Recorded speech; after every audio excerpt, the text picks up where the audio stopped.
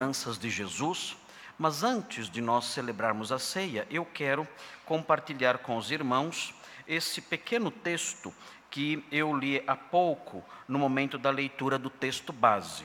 Os irmãos devem ver que esse texto é um texto que põe fim a um relato maior que começa no versículo 1 do capítulo 17, e aqui nós temos o desfecho dessa história que nós já estudamos em outros domingos. Nós estamos estudando Gênesis 17 faz algum tempo.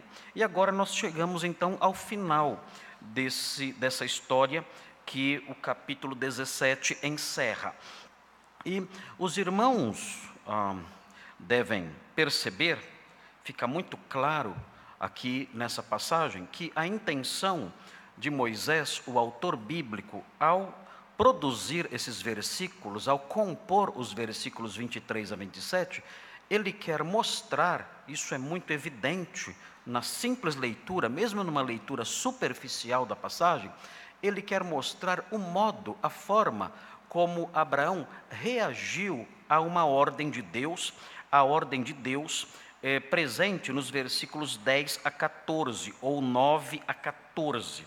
Existe uma ordem de Deus presente nos versículos 9 a 14, é um dos parágrafos que compõem a passagem toda, e o versículo 23, seguindo até o 27, mostram como Abraão obedeceu essa ordem, pondo fim aqui então a essa narrativa.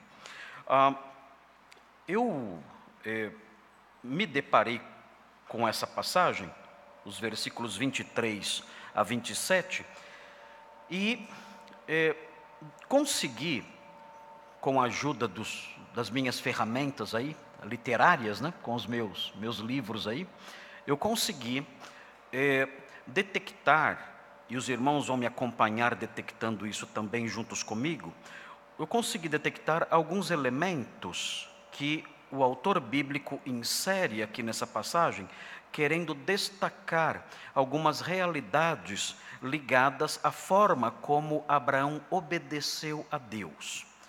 E isso foi muito importante para mim como pregador. Por quê? Isso foi importante para mim como pregador, porque conseguindo, com a ajuda dessas ferramentas, detectar a forma como o escritor bíblico quis demonstrar a maneira como Abraão obedeceu essa ordem, isso me ajuda a mostrar aos irmãos a intenção autoral e a extrair algumas lições importantes para nós. Porque é muito perigoso para o pregador da Bíblia ele inventar lições num texto que aparentemente não as tenha. Pode acontecer do pregador, diante de um texto como esse, que não é um texto que fala abertamente sobre certos valores, não dá ordens específicas no campo da ética, do comportamento, da moral, do procedimento, o pregador ele pode se sentir tentado a inventar aplicações que não estão diretamente relacionadas à passagem. E isso, então, seria fugir do propósito do autor e seria fazer o texto falar o que ele não fala. E isso não é pregar a Bíblia. Pregar a Bíblia é falar o que o autor original quis falar e transmitir o que o autor original quis transmitir. Porque nós cremos que aquilo que o autor original quis transmitir, ele quis transmitir porque estava sob a influência do Espírito Santo, que concedeu essas palavras a ele na maneira como ele as registrou. Então, eu quero apontar aqui, junto com os irmãos, a forma como Abraão obedeceu à ordem de Deus presente nos versículos 10 a 14. E apontando essa forma, e essa forma está presente realmente nesses versículos, apontando essa forma, eu quero fazer uma ponte com a forma como nós devemos obedecer. Como Abraão obedeceu à ordem de Deus. E, consequentemente, como nós devemos obedecer às ordens de Deus. Se os irmãos observarem com atenção, os irmãos verão que essas coisas que eu vou dizer realmente estão presentes aqui. Os irmãos vão ver que a forma como Abraão obedeceu envolve 3 marcas. Existem 3 marcas aqui nesse texto relacionadas à obediência de Abraão. Como foi a obediência de Abraão? Bem, os irmãos devem se lembrar que a ordem de Deus dada a Abraão era uma ordem relacionada à prática da circuncisão.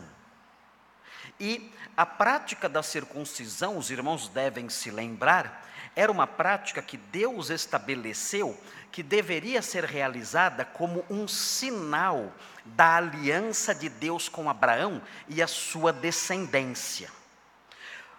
Lembrando-se dos sermões anteriores, de passagens anteriores que nós já estudamos há vários meses atrás, os irmãos vão se recordar que a aliança que Deus fez com Abraão envolvia dar a ele e aos seus descendentes uma terra, a terra de Canaã, envolvia isso, e envolvia, de modo ainda mais especial, fazer com que, através de Abraão e da sua descendência, todas as famílias da terra fossem abençoadas. Então, por meio de Abraão e da sua descendência, Deus traria salvação ao mundo. E nós sabemos como isso aconteceu. Abraão talvez não soubesse naqueles dias como isso aconteceria, mas nós sabemos, porque nós temos a vantagem de estar lá na frente no tempo. E nós sabemos então como foi que Deus realizou isso, como Deus cumpriu essa promessa dada a Abraão. Disse: olha, eu vou fazer uma aliança com você, eu vou dar uma terra a você e a sua descendência. Nós sabemos, quando estudamos os profetas, nós sabemos que um dia ainda a terra de Canaã será ocupada plenamente por Israel, pelos descendentes de Abraão. Nós temos essas profecias na Bíblia, isso ainda vai se cumprir. E nós sabemos também que o Senhor já fez provisão para que todas as famílias da terra fossem abençoadas através de Abraão e da sua descendência. Como? Através de Abraão, nós vemos aqui na sequência da história, veio à luz, por meio de Sara, sua esposa, veio à luz Isaque. Isaque gerou Jacó. Jacó gerou 12 filhos, dentre eles Judá. Judá foi a tribo dos reis davídicos.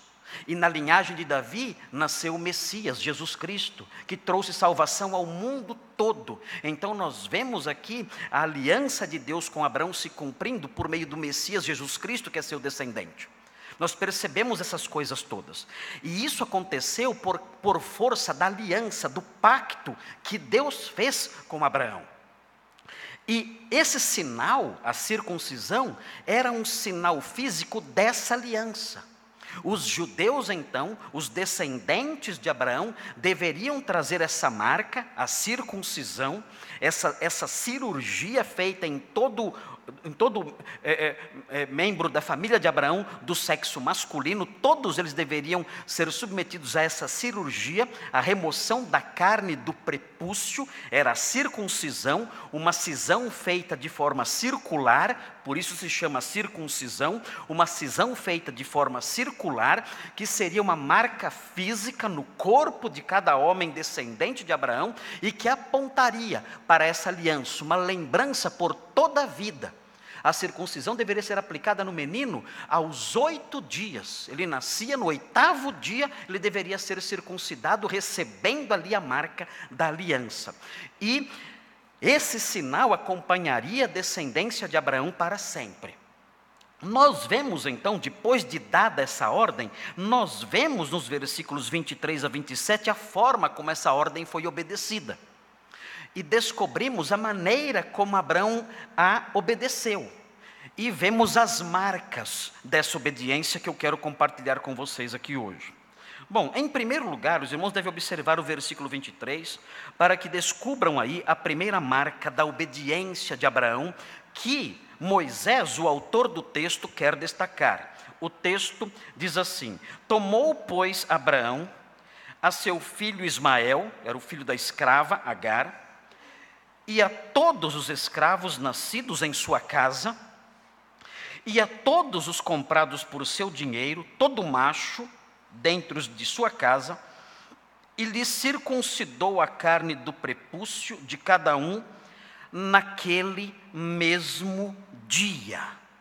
Notem o que o autor bíblico quer destacar aqui. O autor bíblico quer destacar que a obediência de Abraão foi uma obediência imediata. Essa é a primeira marca da obediência de Abraão que o autor bíblico quer destacar. Essa expressão, naquele mesmo dia, é uma expressão enfática. E tanto ela é enfática, que se os irmãos olharem no versículo 26, os irmãos verão que ela se repete. Nós temos estudado no cadete, no curso cadete, nós temos estudado algumas regras de hermenêutica. E nós temos ensinado os irmãos que têm participado do curso, que quando estudamos uma narrativa, ou eventualmente outro texto qualquer, nós temos que observar com atenção as repetições que acontecem no texto. Por que temos que observar as repetições? Porque as repetições indicam, elas mostram ênfases que o escritor quis dar. Se o escritor quis dar ênfase a alguma coisa, isso significa que isso que ele quis enfatizar é importante. Se ele repetiu algo, se ele repetiu uma expressão, é porque ele quis que essa expressão ficasse marcada na mente dos leitores. E os leitores dessem atenção especial a isso, observando o que essa expressão queria indicar. E vejam, nós encontramos de fato, novamente a expressão no versículo 26. Diz assim: Abraão e seu filho Ismael foram circuncidados no mesmo dia. A expressão aparece novamente. Então, a intenção de Moisés aqui, ao repetir essa expressão, ao colocar essa expressão aqui no versículo 23, e ao repeti-la no versículo 26, é mostrar que a obediência de Abraão foi uma obediência imediata. Ele recebeu a ordem, em tal dia, naquele mesmo dia, ele obedeceu. E quando nós olhamos para isso aqui no texto, e percebemos que o autor bíblico está destacando isso como algo positivo, nós podemos trazer isso para a nossa vida e, à luz do texto, dizer: a obediência do homem de fé, a obediência do homem que teme a Deus, a obediência do homem que creu em Deus e foi justificado por causa da sua fé, essa obediência não é uma obediência tardia, não é uma obediência demorada, não é uma obediência lenta, não é uma obediência que adormece, que aguarda, que espera, e então um determinado dia resolve se vai ou não ser levado a efeito. Não é assim. A obediência do homem justificado pela fé é uma obediência imediata. Ele aprende de manhã, à tarde está colocando em prática. Ele aprende agora, no culto. Acabou o culto, ele já coloca em prática aquilo que ele aprendeu. Essa é a obediência do homem de fé. É uma obediência pronta. É uma obediência rápida. É uma obediência que não procrastina, que não espera o dia terminar. E isso é importante para nós. Por quê? Porque nós, os crentes, quando nós aprendemos o que Deus requer de nós, e há muitas coisas que o Senhor requer de nós, eu vou depois, no finalzinho, eu quero apontar pelo menos uma delas. Nós geralmente tendemos a racionalizar e a dizer: eu tenho que rever isso na minha vida. Está aí uma coisa que eu preciso pensar mais. Está aí uma forma de agir que eu preciso realmente, acho que um dia eu tenho que começar a... E assim nós vamos levando a vida cristã, com certos reconhecimentos, mas sem nenhuma transformação e mudança que seja real na nossa vida. Quando a obediência dos homens de Deus não é assim. a obediência dos homens de Deus, tão logo eles detectam uma ordem de Deus para a sua vida, eles de pronto obedecem. Essa é a obediência do homem de fé. A expressão no mesmo dia, presente aqui e repetida posteriormente, essa expressão aponta para essa realidade. Nós não podemos, nós como crentes que somos, nós não podemos procrastinar, deixar para depois, deixar para amanhã o início da correção da nossa vida naquilo que ela deve ser corrigida. Deixar para outro dia o início da obediência que aprendemos hoje. Se nós aprendemos algo hoje, é hoje que devemos vivenciar esse algo que aprendemos, e não deixar para um outro dia qualquer. Mas olhando para esse texto, e mesmo para o versículo 23, no mesmo versículo 23, nós percebemos um segundo traço da obediência do homem de fé. A obediência do homem de fé não é só uma obediência imediata. O texto que está diante de nós realça algo ainda mais intensamente, de forma ainda mais intensa. O texto que está diante de nós realça o fato de que a obediência do homem de fé é uma obediência precisa. Ela é uma obediência que reproduz exatamente aquilo que Deus quer. Exatamente o que Deus quer, ela faz. Se os irmãos compararem a linguagem dos versículos 23 e 27 com os versículos 10 a 14, os irmãos vão ver que os versículos 23 a 27, 23 e 27 repetem praticamente tudo o que é dito nos versículos 10 a 14. Notem com atenção novamente o versículo 23. Tomou, pois, Abraão a seu filho Ismael e a todos os escravos nascidos em sua casa. Isso aqui está reproduzindo o que já foi dito nos versículos 10 a 14. Exatamente os mesmos termos, exatamente a mesma linguagem, exatamente as mesmas palavras. Ele reproduz aqui o que a ordem dada anteriormente enunciou. Vejam, e ele continua: e a todos os comprados por seu dinheiro, todo macho dentre os de sua casa, está reproduzindo tudo o que foi dito. E lhe circuncidou a carne do prepúcio de cada um naquele mesmo dia, como Deus lhe ordenar. Ele dá os detalhes e realça isso. Ele fez exatamente como a ordem mandava. E nós chegamos no versículo 27, e a mesma coisa repetida. E também foram circuncidados todos os homens da sua casa, tanto os escravos nascidos nela, como os comprados por dinheiro ao estrangeiro. Ele repete novamente tudo que é dito nos versículos 10 a 17. E por que o autor bíblico faz isso? Porque ele quer mostrar que a obediência de Abraão foi uma obediência precisa. Ele fez exatamente o que Deus mandou. Ele não cumpriu 90%, ele não cumpriu 99%, não. A sua obediência foi imediata, foi na hora, e a sua obediência foi exatamente nos termos que Deus disse. E é interessante notar isso. É interessante notar isso porque nós percebemos que nas narrativas anteriores de Gênesis, nós percebemos que os grandes homens de Deus, até agora presentes aqui na narrativa de Moisés, eram homens que faziam isso. Vocês devem se lembrar da história de Noé.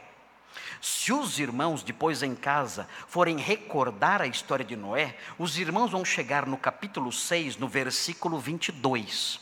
E nesse versículo 6, 22, os irmãos verão que Noé fez exatamente o que Deus mandou no que diz respeito à construção da arca. Deus deu as medidas da arca. Deus deu as orientações todas acerca do material da arca, do que usar para fazer aquele trabalho grandioso da arca que salvaria a sua família. Deus deu todos os detalhes relacionados à construção do barco. E a Bíblia diz que Noé cumpriu cada um dos detalhes, especificamente, tendo todo cuidado para fazer tudo aquilo que Deus havia ordenado. E cá entre nós, foi por causa disso que a arca flutuou. Porque se ele tivesse feito alguma mudança no projeto, a sua família não sobreviveria. E nós hoje não estaríamos aqui. A arca iria afundar. Ele cumpriu exatamente o que Deus mandou. E foi por causa disso que ele sobreviveu. E nós vemos aqui em Abraão um novo Noé. Um novo Noé surgindo aqui. E ele faz exatamente o que Deus mandou. E por último, olhando para o restante da narrativa, nós vemos no versículo 23 essa reprodução. Vemos a forma imediata como ele obedeceu, vemos a forma precisa como ele obedeceu. O versículo 23 junto com o versículo 27 mostram isso, mas os versículos que estão aí no meio, os versículos 24, 25 e 26, mostram um outro traço da obediência de Abraão. Além de ter sido uma obediência imediata, além de ter sido uma obediência precisa, que seguiu em cada detalhe a ordem de Deus, a obediência de Abraão também foi uma obediência que afetou as pessoas ao seu redor. É interessante notar isso aqui. Quando Abraão decidiu obedecer, isso afetou todos os da sua casa. Todos. O texto diz no versículo 24, tinha Abraão 99 anos de idade quando foi circuncidado na carne do seu prepúcio. Ismael, seu filho, era de 13 anos quando foi circuncidado na carne do seu prepúcio. A obediência de Abraão afetou Ismael. A ordem de Deus para Abraão envolvia ele circuncidar não somente a si mesmo, mas a todos da sua casa. A obediência dele atingiu outras pessoas. Abraão e seu filho Ismael foram circuncidados no mesmo dia. E o texto prossegue dizendo que todos foram circuncidados na sua casa. Todos os homens foram circuncidados na sua casa. E isso mostra que a obediência, ela é uma obediência real, é uma obediência que afeta. Ela envolve um certo tipo de solidariedade. A obediência do homem de Deus afeta todos ao seu redor e todos na sua casa. Nisso, a obediência se assemelha à desobediência. É um dos pontos, talvez o único ponto, em que obediência e desobediência se assemelham. Porque quem desobedece a Deus também afeta a sua casa e as pessoas ao redor. Todos sofrem com a desobediência de alguém no lar. Todos sofrem com a desobediência de alguém na igreja. Todos sofrem. Todos são afetados negativamente pelo comportamento rebelde daqueles que não obedecem à palavra de Deus. Todos sofrem. Não é somente a pessoa desobediente que paga o preço da sua desobediência. Quem paga por isso, quem sofre com isso, são as pessoas ao redor. Mas quando nós olhamos um texto como esse, nós aprendemos que a obediência também produz isso. Quando alguém obedece, as pessoas ao redor também são afetadas. Quando alguém obedece, as pessoas ao redor também são influenciadas e são beneficiadas pelo impacto dessa mesma obediência. Então, essas são as 3 marcas que aparecem nesse texto. Esse texto é um texto pequeno, é um texto que aponta para um desfecho. Nós aprendemos a história toda, aprendemos qual foi a ordem que Deus deu a Abraão. E agora nesse texto pequeno, nós aprendemos como ele obedeceu. Como ele obedeceu? Ele obedeceu de forma imediata, de pronto. Ele não deixou para amanhã, obedeceu no mesmo dia. Ele obedeceu de forma precisa. Ele observou os detalhes da ordem e cumpriu cada detalhezinho daquela ordem que Deus deu. E ele obedeceu de tal forma que as pessoas ao seu redor foram afetadas pela sua obediência. Nós temos aqui então um padrão de obediência. E todo crente deve imitar esse padrão. A obediência do crente, do homem de fé, do homem que foi justificado pela fé como Abraão foi, deve ser assim também. Você deve então agora, você deve observar a sua vida agora. E observando a sua vida, tentar detectar se existe algo na sua vida que não se encaixa com a vontade de Deus para você. Se existe algo na sua vida que não se encaixa com aquilo que Deus quer para você, com a vontade dEle. E então você deve obedecê-lo.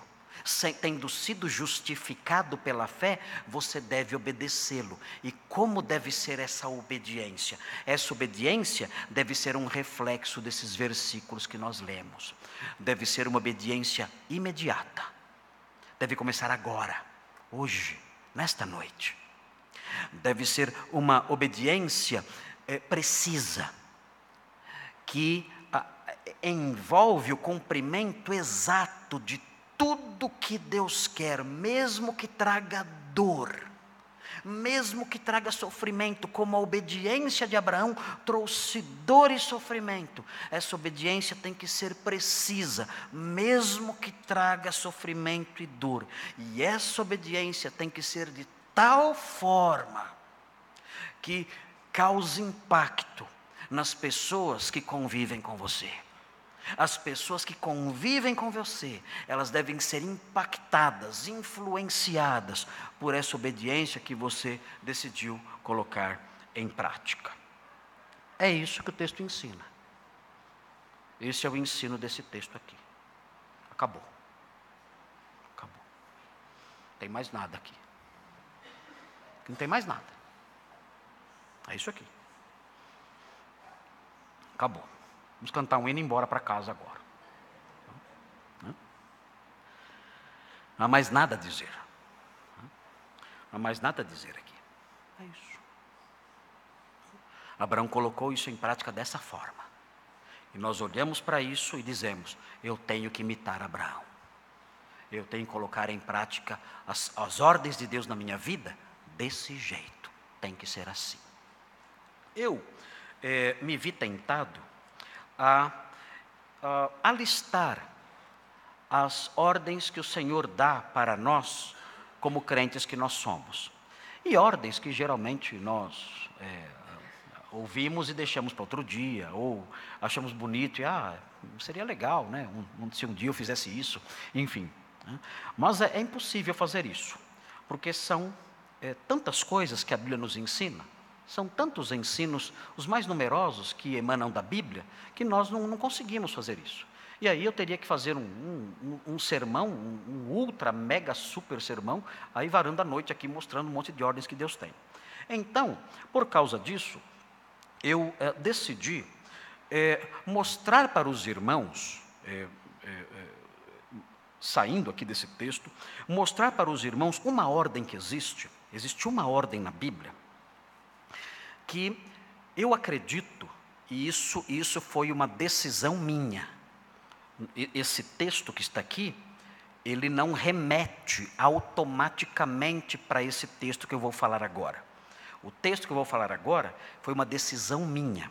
Eu achei que seria conveniente fazer isso. Eu decidi mostrar para os irmãos uma ordem que existe no Novo Testamento, que é extremamente relevante para os crentes de hoje, mas que os crentes de hoje não têm observado isso, não têm obedecido isso na forma como Abraão obedeceu a ordem para ser circuncidado junto com os da sua casa. É um trecho que está em Romanos, que se ajusta perfeitamente à nossa experiência como crentes no mundo em que vivemos. E se ajusta perfeitamente à condição da igreja nos dias atuais. Então, por causa desse ajustar-se tão preciso desse texto, eu quero apontar para os irmãos a título de exemplo. Um exemplo, pastor, em que áreas nós poderíamos então aplicar esse tipo de obediência? O senhor poderia nos dar um exemplo da forma como nós podemos aplicar esse texto ligado à obediência? O senhor poderia dar um exemplo dessa obediência em algum aspecto? Então eu quero dar esse exemplo, e vou dar esse exemplo escolhendo aleatoriamente um texto que fala sobre uma realidade muito próxima da nossa. E esse texto está em Romanos 13. Quero que os irmãos observem esse texto, porque aqui existe uma ordem, aqui existe um comando que nós devemos obedecer com a mesma prontidão e com a mesma disposição de Abraão, quando ele recebeu o comando relacionado à circuncisão. Os irmãos devem ver esse texto está em Romanos capítulo 13, a partir do versículo 11. Eu escolhi esse texto, além dele estar fortemente ligado com a nossa realidade aqui na igreja no Brasil, e ligado também à nossa igreja aqui em particular, dada a abrangência dele, e também porque esse é um texto que salta muito aos olhos. Foi por meio desse texto que um dos maiores teólogos da história da igreja se converteu, que é o famoso Agostinho de Hipona. Agostinho de Hipona, o maior teólogo da igreja antiga e talvez o maior teólogo da história da igreja, se converteu lendo esse texto. É o famoso Santo Agostinho, como ele é chamado. Santo Agostinho leu esse texto certa vez, quando estava em lágrimas debaixo de uma árvore, no jardim da sua casa, na cidade de Milão. Ele ouviu as crianças brincando na propriedade ao lado, e elas brincavam cantando uma musiquinha que dizia: toma e lê, toma e lê, toma e lê.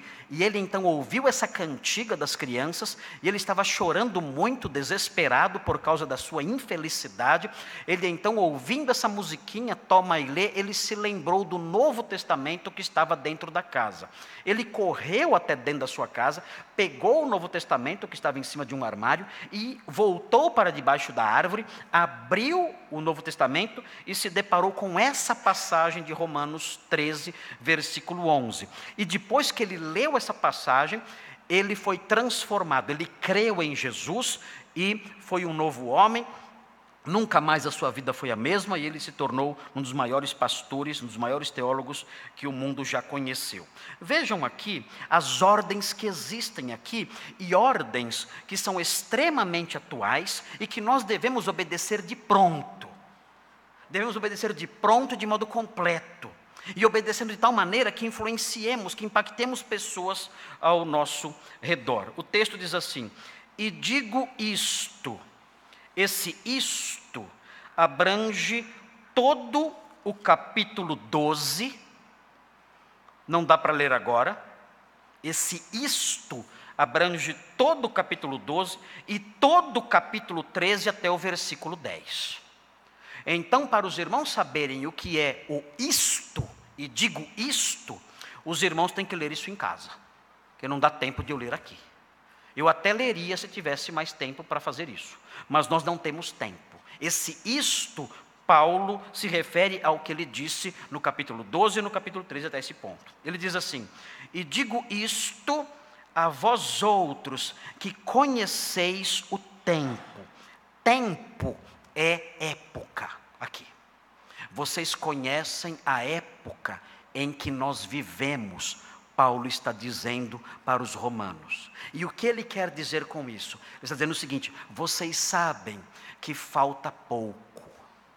Vocês sabem que os grandes eventos da redenção já tomaram lugar na história. Vocês sabem disso. Vocês conhecem o tempo em que nós vivemos. Nós estamos vivendo na última fase da história da humanidade. Nós já vimos o envio do Messias. O Messias já veio. Nós já vimos o cumprimento da profecia que fala que ele padeceria numa cruz pelos nossos pecados. Isso já aconteceu. Nós já vimos a ascensão desse Messias e a sua entronização celeste, e já vimos já o cumprimento da promessa do envio do Consolador. Nós já vimos tudo isso. Os últimos dias já começaram. Vocês sabem, ele diz aos crentes de Roma, vocês sabem que nós estamos vivendo na época final. A época final já foi inaugurada. Eu estou dizendo isto a vocês, relacionado ao comportamento de vocês, porque vocês sabem que nós estamos na fase final da história. Poucos eventos faltam para se cumprir. Poucos eventos do plano de Deus estão ainda pendentes. Logo, tudo passará. Ele diz, vocês conhecem o tempo. E aí ele diz o seguinte nessa sequência: já é hora de vos despertardes do sono. E aqui vem um comando importante para a igreja moderna, para todos nós. Nós temos que acordar. E o que significa não estar acordado? Não estar acordado significa viver um cristianismo letárgico, distraído, esquecido, inoperante e distante. Isso é estar adormecido. É hora de acordar. Os crentes de hoje estão vivendo de modo distraído, esquecido, distante e indiferente. E nós temos que obedecer a essa ordem de despertar. Nós não podemos continuar na nossa vida cristã como se a nossa vida cristã fosse algo secundário, algo de menor importância. Não, é necessário despertar. Despertar para vivenciar uma fé mais dinâmica, uma fé mais viva, uma fé mais corajosa, uma fé que se demonstra mais ao mundo, uma fé mais ousada. O nosso cristianismo está muito apático, está muito indiferente, está muito distante, está muito dormente. Nós precisamos demonstrar uma transformação de vida de modo mais gritante. E o apóstolo Paulo fala isso: despertem. Ele diz aos crentes: despertem. Despertem, porque vocês conhecem a época em que vivemos. Vocês sabem que estamos nos últimos dias. É hora de vocês despertarem e pararem de viverem esse cristianismo tão indiferente, tão distante, tão frio como vocês têm vivido. É hora de um envolvimento maior. É hora de um testemunho mais ousado. É hora de arregaçar as mangas e trabalhar mais. É hora de zelar mais pelas coisas ligadas a Deus e ao seu povo e à sua igreja. É hora de sair desse marasmo, dessa sonolência, dessa apatia, dessa frieza. É hora de abandonar isso. Chega. Acordem. Despertem. Vivemos nos últimos dias e vocês estão rastejando sonolentos na vida cristã. Vocês não estão envolvidos com o povo de Deus. Vocês não estão envolvidos com a palavra de Deus. Vocês estão perdendo tempo com bobagens. Vocês estão se apegando a pecados velhos que envelheceram e emboloraram em vocês. É hora de acordar. Despertem. Ele diz. E nós temos que obedecer essa ordem. Porque essa ordem é uma ordem que é marcada por urgência. Eu tenho que abandonar o cristianismo soporífero, o cristianismo anestesiado, o cristianismo distante, o cristianismo que não reage. Eu tenho que abandonar isso e fazer da fé e do serviço de Deus e da obediência a Ele a razão central da minha vida, a marca principal da minha vida, o alvo maior da minha existência. Eu tenho que fazer isso e sair da sonolência, sair do distanciamento, da distração, do esquecimento, da inoperância, da falta de operosidade na vida cristã.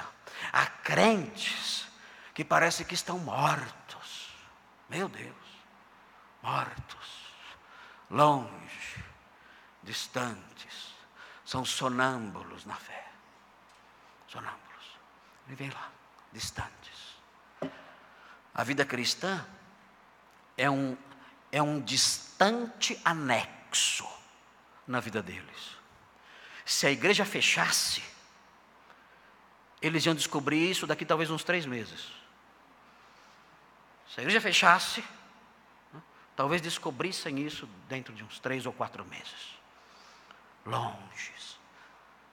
Longe, distantes, apáticos, indiferentes, não se envolvem.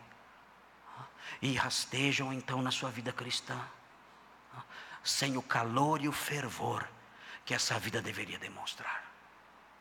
O texto prossegue, o apóstolo Paulo vai usando figuras interessantes aqui. O texto prossegue dizendo o seguinte: porque a nossa salvação está agora mais perto do que quando no princípio cremos. Nós conhecemos o tempo, nós conhecemos as épocas, diz o texto, faltam poucas coisas para se cumprir. E vejam o que ele diz no versículo 12: vai alta a noite. Isso significa que a presente era é uma era de escuridão. Nós vivemos na era da noite. Como é o presente século? Como é a presente era? É a era das trevas. É a era da escuridão. É a era da noite. É assim que a Bíblia descreve o nosso tempo. Nós vivemos na época da escuridão. O texto diz: vai alta noite. Essa época da escuridão está se estendendo lentamente e já está chegando ao fim, diz o texto. Vai alta noite. Essa época, a era da escuridão, está chegando ao fim. E ele diz: e vem chegando o dia, quando a luz vai irromper no meio das trevas. Quando o Senhor voltará inaugurando o seu reino de luz. A manhã da redenção está prestes a raiar. Nós estamos vivendo a época da noite, mas essa noite já vai alta.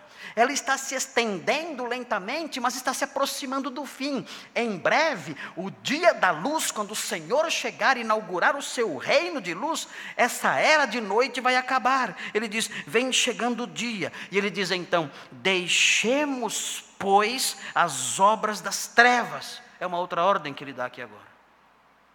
Deixemos as obras das trevas. É interessante, o verbo que ele usa aqui é um verbo ligado a tirar a roupa, despir. Vamos nos despir. Mas quais são as roupas que nós temos que tirar? As obras das trevas. As obras das trevas são as roupas que temos que tirar. Quais são essas obras? O versículo 13 vai dizer quais são essas obras, nós vamos conhecê-las já. Mas o texto fala de um pijama, uma roupa da noite. Ele diz: olha, existe um pijama sujo. Vocês têm que tirar esse pijama sujo. Mas como é esse pijama sujo? Esse pijama sujo vai ser descrito no versículo 13. Mas vocês devem aprender a tirar esse pijama sujo. E em vez de usar esse pijama sujo, que são as obras das trevas, vocês têm que vestir uma outra roupa. Vocês têm que vestir uma armadura. Uma armadura, que é uma armadura de luz.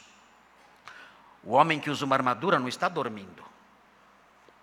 O homem que usa uma armadura é um soldado. Ninguém dorme de armadura. Ninguém dorme com roupa de guerra. O homem que usa uma armadura, ele está bem desperto e pronto para a batalha. Ele acordou e está usando roupas diferentes, roupas de luta. Ele diz, olha, joguem fora o pijama sujo, o pijama imundo, que são as obras das trevas. Joguem isso fora, arranquem isso e joguem fora.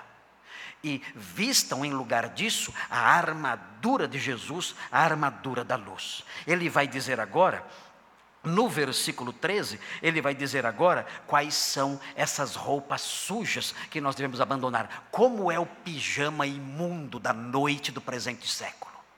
Como é o pijama sujo da noite em que nós vivemos agora. O texto diz assim, andemos dignamente, ou seja, tenha um comportamento honroso. Tenha um comportamento digno, não tenha um comportamento vergonhoso. Não façam isso. Não adotem uma conduta desonrosa, uma conduta indigna, uma conduta vergonhosa. Não façam isso. Andem dignamente como em pleno dia. O dia ainda não chegou, mas vistam-se como se já estivessem naquele dia.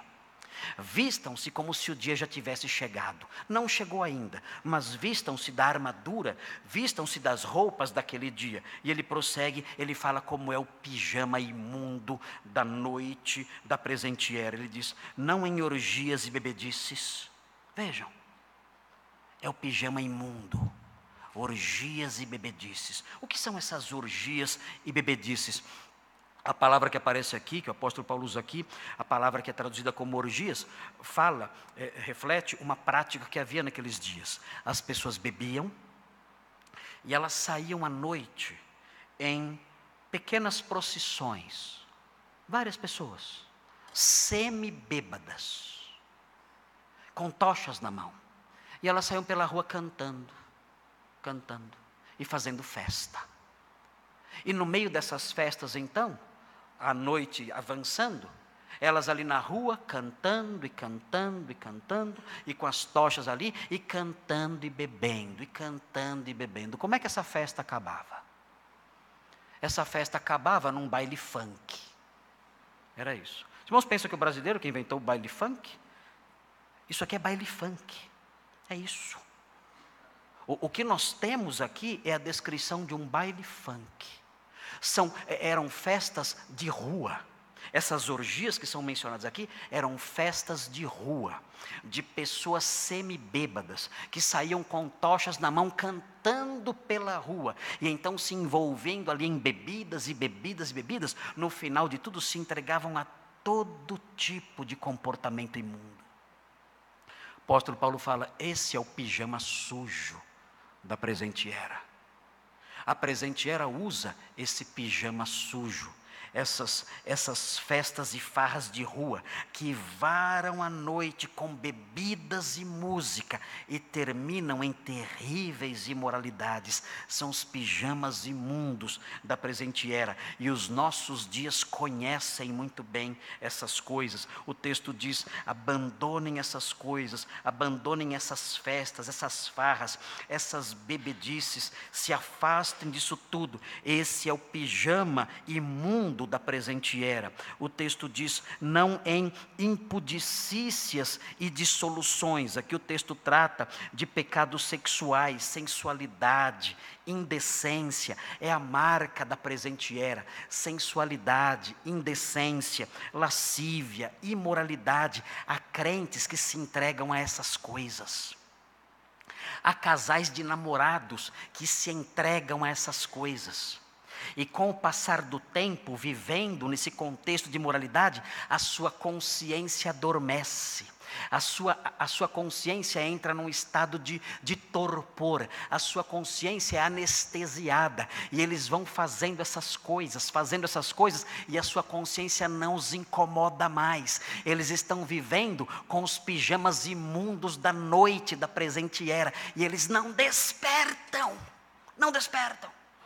E aqui o apóstolo Paulo diz, abandonem essas roupas imundas de imoralidade, que são próprias da presente era. Abandonem tudo isso. Vocês sabem que estamos na noite alta, que em breve o dia chegará.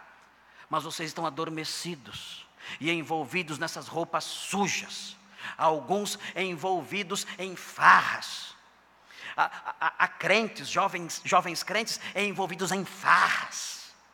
Outros envolvidos em bebedices. Outros envolvidos em imoralidades terríveis. E a sua consciência não os incomoda. Estão adormecidos. Estão entorpecidos. Estão anestesiados. Paulo diz: despertem, acordem, ele diz. E ele prossegue falando de outros traços desse pijama imundo, que são as roupas das trevas. Ele diz na sequência: não em contendas e ciúmes. Ele quer dizer com essas palavras, ele se refere com essas palavras a discórdias, a rivalidades, discussões, invejas, brigas. Há crentes que se envolvem com isso. Brigas, invejas, discussões, facções, intrigas, litígios. Ele diz: tudo isso compõe o pijama imundo do presente século. Acordem, acordem. É hora de arrancar esse pijama sujo e jogá-lo fora, de uma vez por todas. É necessário fazer isso agora. A obediência a essa ordem de Paulo deve ser posta em vigor hoje. Deve ser uma obediência completa. Deve ser uma obediência que afeta todos ao redor. Deve ser uma obediência que pode trazer até dor e sangramento, mas ela deve ser posta em prática já. O apóstolo prossegue, ele fala: troquem de roupa. Ele diz: joguem fora o pijama sujo dessas coisas. E ele diz no versículo 14: e coloquem uma roupa nova. Qual é a roupa nova? Veja o que está escrito aí, versículo 14. Qual é a roupa nova? Revesti-vos do Senhor Jesus Cristo. Essa é a roupa nova. Essa é a roupa nova. Jogue fora o pijama sujo que você está usando. O apóstolo Paulo escreveu isso para os crentes. Sabem por quê? Porque há crentes com pijama sujo. Há crentes aqui com pijama imundo. Você vai dizer: como é que o pastor sabe da minha vida? Eu não sei. Eu não sei. Adivinhei.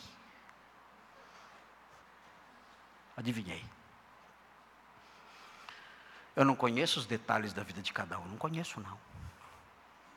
Eu não tenho detetives que ficam procurando o comportamento de cada um. Jamais faria isso. Não sei. O que eu sei é que os crentes de todas as eras têm que ser alertados quanto a isso. E eu não sou tolo ao ponto de achar que todos aqui estão livres dos pijamas imundos de que Paulo fala. Eu sei, não sei quem, mas eu sei. Eu sei que neste auditório há pessoas que usam os pijamas pútridos, nojentos e imundos que Paulo menciona aqui. Eu sei que há. Não sei quem são. Quiser levantar a mão agora, não, ninguém vai levantar a mão. Eu sei que entre os que estão me ouvindo em casa, há pessoas com pijama imundo. Eu sei que entre aqueles que vão me ouvir amanhã, há pessoas com pijama imundo. E tristemente, até neste auditório, talvez haja pessoas com pijama imundo. O pijama imundo das farras e das bebedices. O pijama imundo das imoralidades, das indecências, da sensualidade. O pijama imundo das contendas e dos ciúmes. Há pessoas assim. Mas o apóstolo Paulo diz: abandonem essa roupa suja da noite e vistam a roupa que é o caráter de Jesus. E ele diz: e quando vocês vestirem a roupa que é o caráter santo, puro e glorioso de Jesus, tomem um cuidado.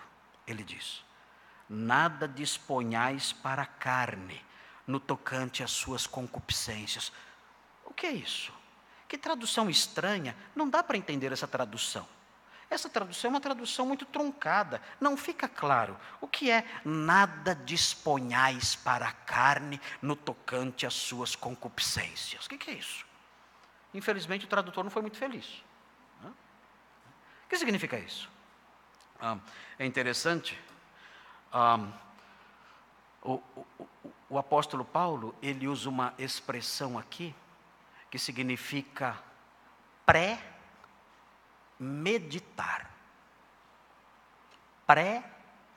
Planejar com antecedência. É o sentido presente aqui.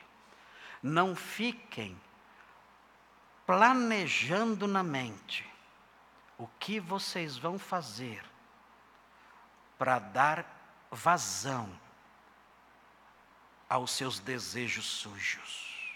Não façam isso. Não fiquem pensando, quando eu chegar em casa, eu farei isso. Quando eu estiver com ela, eu farei isto. Quando eu estiver com ele, eu farei isso.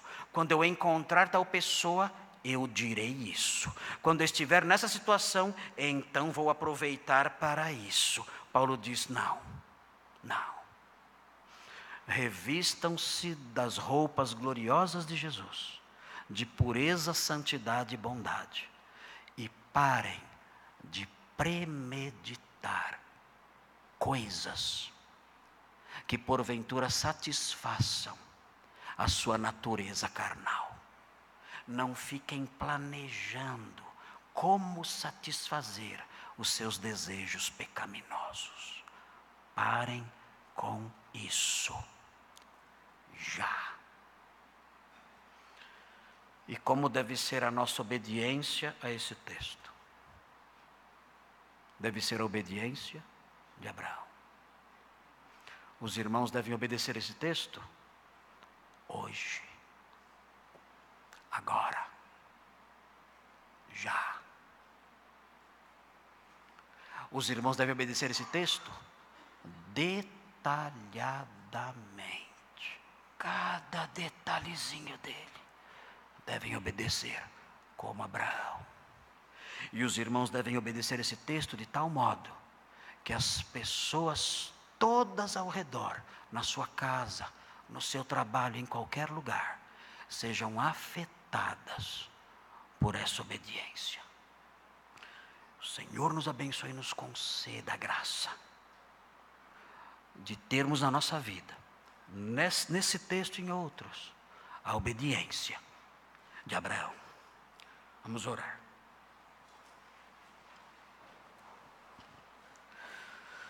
Santo Deus, obrigado por esses textos que lemos. Obrigado pelo exemplo de Abraão na obediência.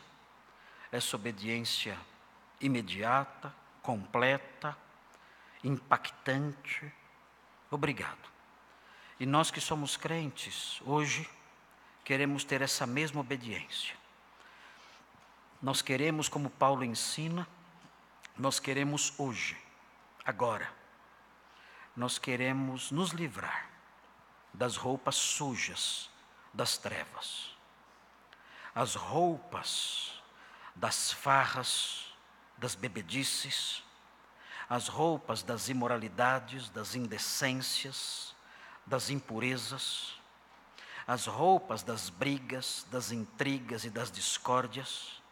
Nós queremos pegar todo esse lixo, todos esses trapos imundos com os quais dormimos.